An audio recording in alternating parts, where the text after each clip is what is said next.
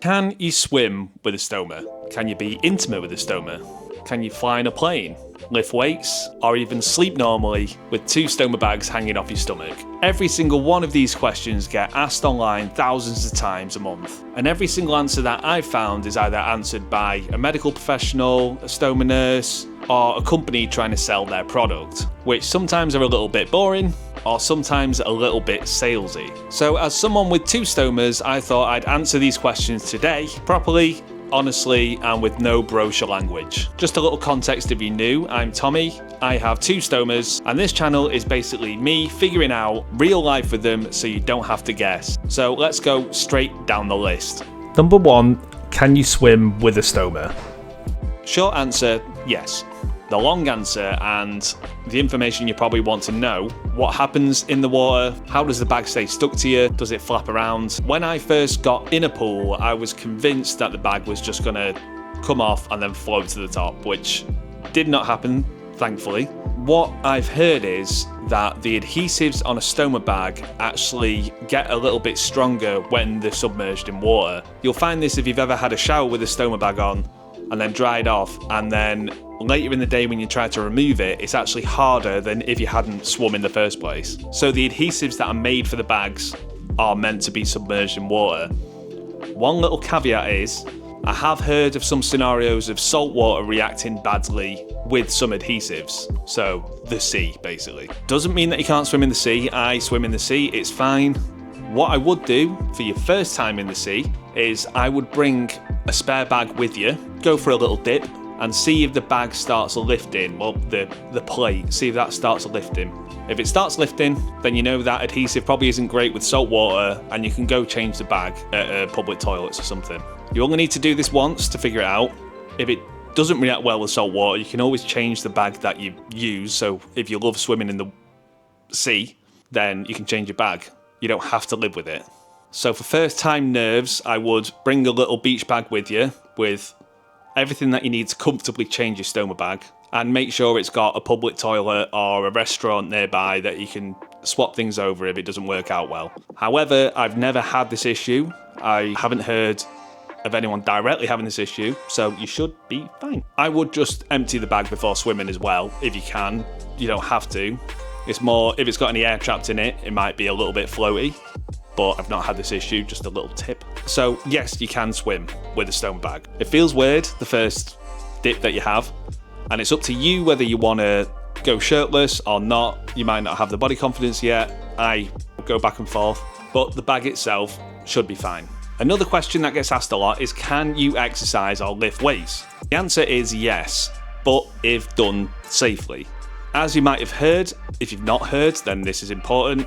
There is a risk of hernias with people who have stomas. Your abdominal wall is a little bit weaker, especially after surgery. If you're going to do any exercise, make sure that you're wearing a support belt. You can get them free on the NHS, or people sell them. You can find some good content online on some stoma safe exercises. I've only recently started going to the gym, and maybe I'll post a different video on some tips there. When you start exercising, if you're going to the gym, start off with lifting light weights and work your way up slowly. And anything that engages your core, go easy and work your way up. I'm not sitting here and telling you that you're going to be able to compete in an Ironman by week 2, but exercise like running, cycling, lifting weights at the gym are all possible as long as it's done safely and you wear a support belt. Once you've recovered, nothing is off the table. The next one is surprisingly common, and it's probably the one I've had the least trouble with. Can you fly and travel with a stoma? And maybe it's not fair that I've said that it's the least trouble, because it does need some preparation. So we'll go through it step by step. When you're packing for a holiday, I'm going to use holiday as an example here because that's what most people mean when they say travel, but it applies to weekends away, you know, smaller trips. So when you're packing, always double your stoma supplies. So twice the amount of bags that you usually use is a good rule of thumb. Make sure you've got enough spray. So bring an extra bottle, more than you would use usually. And that's it.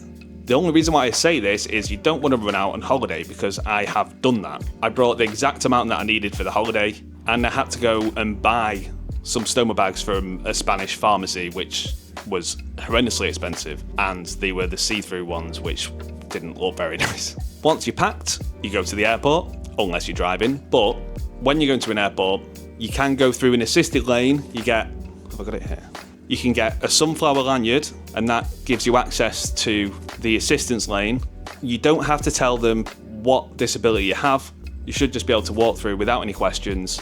If they have the full body scanners that go over you, they will see that you've got a stoma, and they will probably have to take you into a room and then swab, which isn't the most fun, but it takes a couple of minutes and it's normally fine. Empty your bag before you get on the plane, and you can always empty it when you're on the plane, so don't stress about that. And that's it for the airport, really. And once you're away, enjoy yourself. You've got plenty of supplies. Just make sure you're staying hydrated if you're somewhere hot, and have fun. Next time I go on a flight, I'll probably try and make a video on that itself, because again, that's another question that comes up a lot. The next one's a little touchy, but can you be intimate with a stoma? This is the question that a lot of people want to ask, but they don't want to ask it out loud. So let's just say it. After surgery, you might be a little bit tender. That's normal, but once you're recovered, the main issue you might have is body confidence. That can be an issue for people regardless of intimacy, just in general. That's the only thing that can stop you from being intimate. You can physically do it, it's just a process. So you need to recover physically, and you need to recover mentally, and just have open communication with your partner. It's less about what you can do, and it's more about when you feel ready, which is different for everyone. The next one comes up a lot. Can you sleep normally? I've actually got a full video on this, which you can click on up here, because this question comes up so much. But I'll give you the short version. You may have to get up in the night to empty your bag. I don't have to do that. The video will explain why. I have my own routine, which works for me, might not work for everyone, but depending on your output, you might have to get up. And when you're first getting used to it, it's normally better to set an alarm at like 2 or 3 a.m, which I know sounds awful, to get up, empty your bag, and then go back to sleep. After a while, and after your body is used to it, you don't normally have to set an alarm. Normally, your body wakes yourself up. But if an alarm works for you, great.